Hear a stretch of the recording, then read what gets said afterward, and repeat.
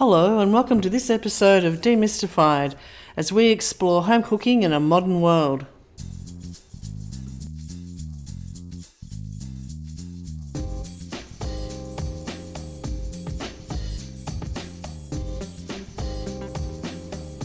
Hello, I'm Linda and I'm here with my friend Paul. Hey Paul. It's Friday. It is Friday and this is our From the Kitchen. So how's I've your got the kitchen? sound of Friday. The tea towels are in the wash. The rubbish is done. It's time for a beer. And how was your week in the kitchen? Good. It was okay. Yeah. Having trouble remembering the start of the week. Don't know what I did. I did stuff. Oh yeah, we did a tutorial thing. That was beef? good. Yeah. And then I did a very long, slow cook with oxtail, and it was a long, drawn out process. But sometimes But they were I like doing that fantastic. sort of thing. Yeah, a lot of work, but like Great good for end party result. food or if you ever go back to having parties. Yeah, and you can do a lot of that stuff in advance. So it was master stock braised oxtail. And the good thing is the stocks, you can keep that stock forever. If you know how to look after it. We didn't really get into that in the video yet, but so yeah, while it's a little bit of work at the start, a lot of it's, you're not actively cooking, you're just letting the oven do its thing, and then made a couple of little sort of mini steamed buns and threw some braised oxtail on top. Quite yum, actually. Very nice. Well, one of the big successes of the week for the kitchen for you, was that tutorial on trussing the beef and cooking the beef. That was fantastic. Beef it's probably the one that I think you really nailed that as a tutorial. It looked great, and having been the recipient of tasting and eating the first one, which you said was a dismal failure, which I still said was yum. Yeah, it's junk. But, which was still yum. This one was just as nice, and you said this was a success. You and I have very different views on success, buddy, in the kitchen. I thought they were both fantastic. Yeah. Yeah. But can I ask you, this is a point of It's contention Friday, for home. You can't ask me anything.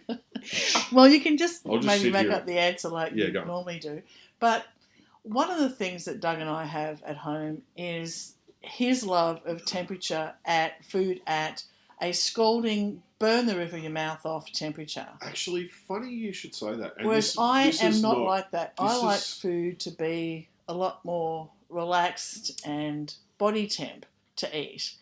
So I was doing some research. You haven't heard my question yet, but anyway. I know where you're going. Go on, okay. Ask it. Just ask the question. So my question, Paul, is how do you, when you're resting meat and you've taken it out for 10, 15 minutes, and I normally put, until I watch the tutorial, I normally put tinfoil, aluminium foil over the meat and then a tea towel on top. Now I'm doing baking paper.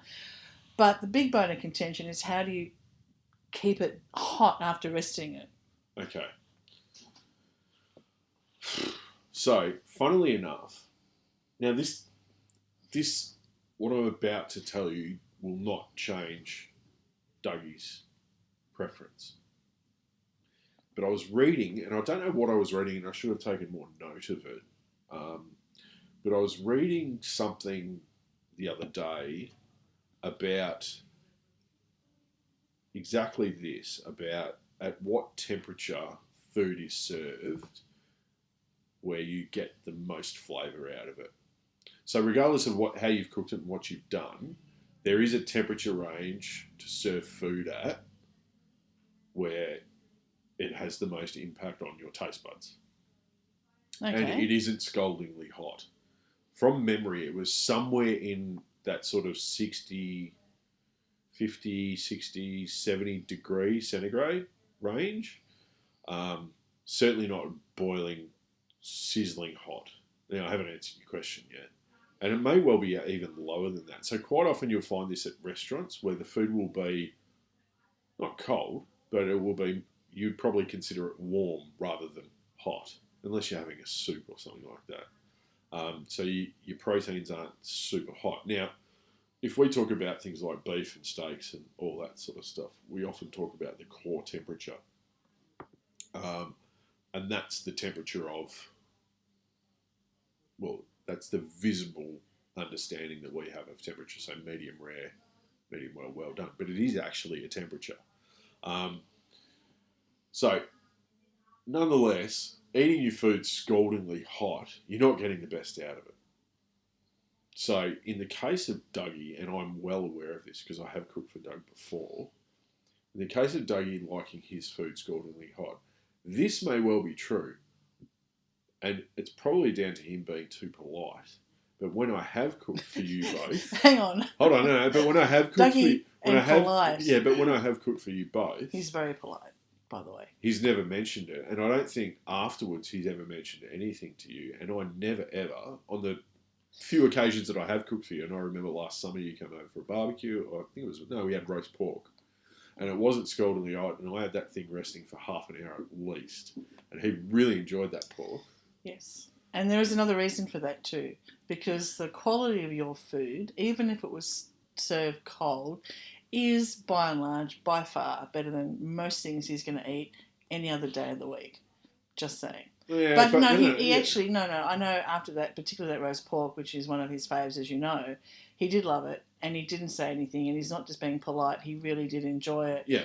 But I know that as a preference, Doug likes food to be really hot. Really hot. We're talking scalding. And yet, when he's presented with really great food, as you have in the barbecue, I think years ago when we first met at your place, and he's like, I watched that guy when he first met you. I watched that guy on the barbecue, and I do the same things. How come his food tasted better? I think that, it's just that when you serve really well done food cooked at the right temperature in the right way, I don't think that matters as much. Whereas I know that it's a question that, at home, it's like when you're resting it, will it still be hot? So to get to the point, how do you keep things hot resting?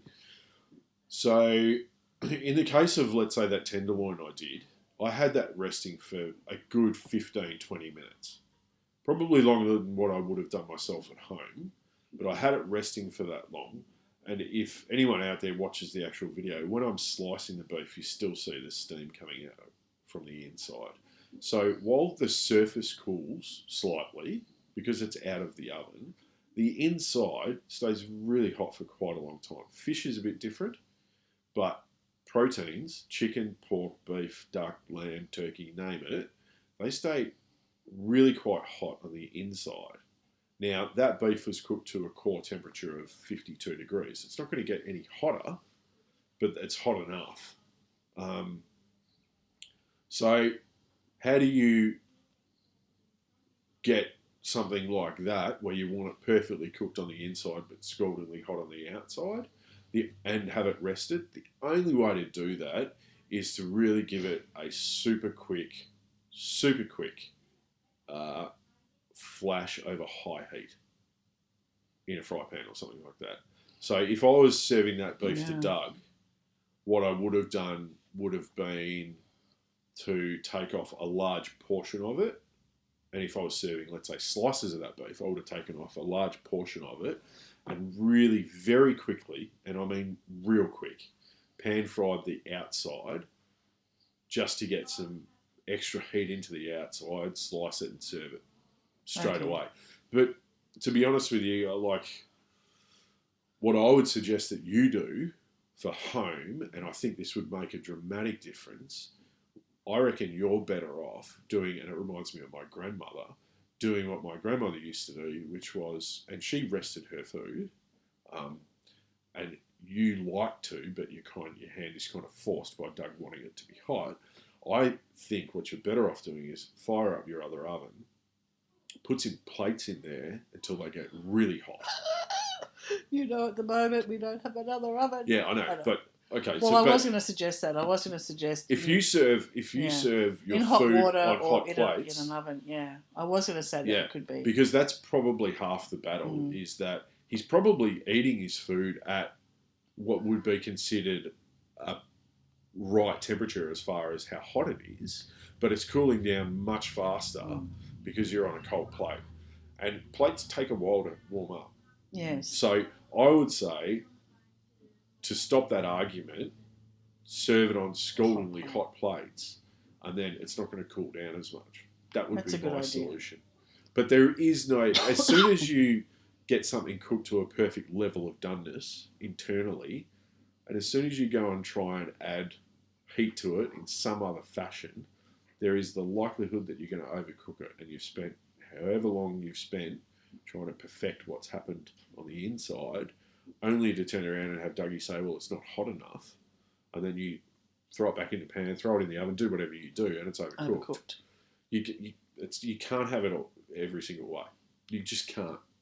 So either heat your plates or tell Doug to shut that up and cook it himself. No, he ever enjoys cooking. He ever enjoys eating, as you know. So he's more than happy to... But I'll get back to everyone about what the temperature range is as far as where it's best for your taste buds. Mm-hmm. Because I did read it just the other day. It's totally ironic for you to ask me about that. Because it wasn't on Jay Leno's Garage, I'm taking it. No.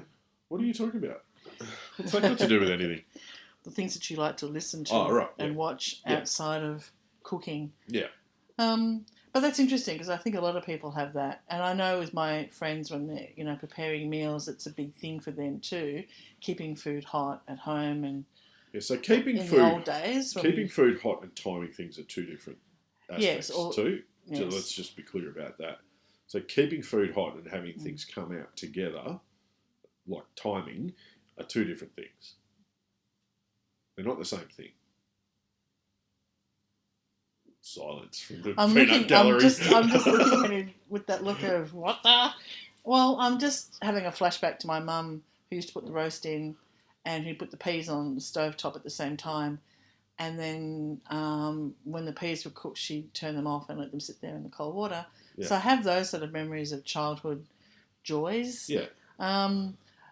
Okay. Maybe that's a topic for another day when we've got more time. But I do think that was interesting. That's because I watched the video afterwards on IGTV. Which hooray! Technology. I know.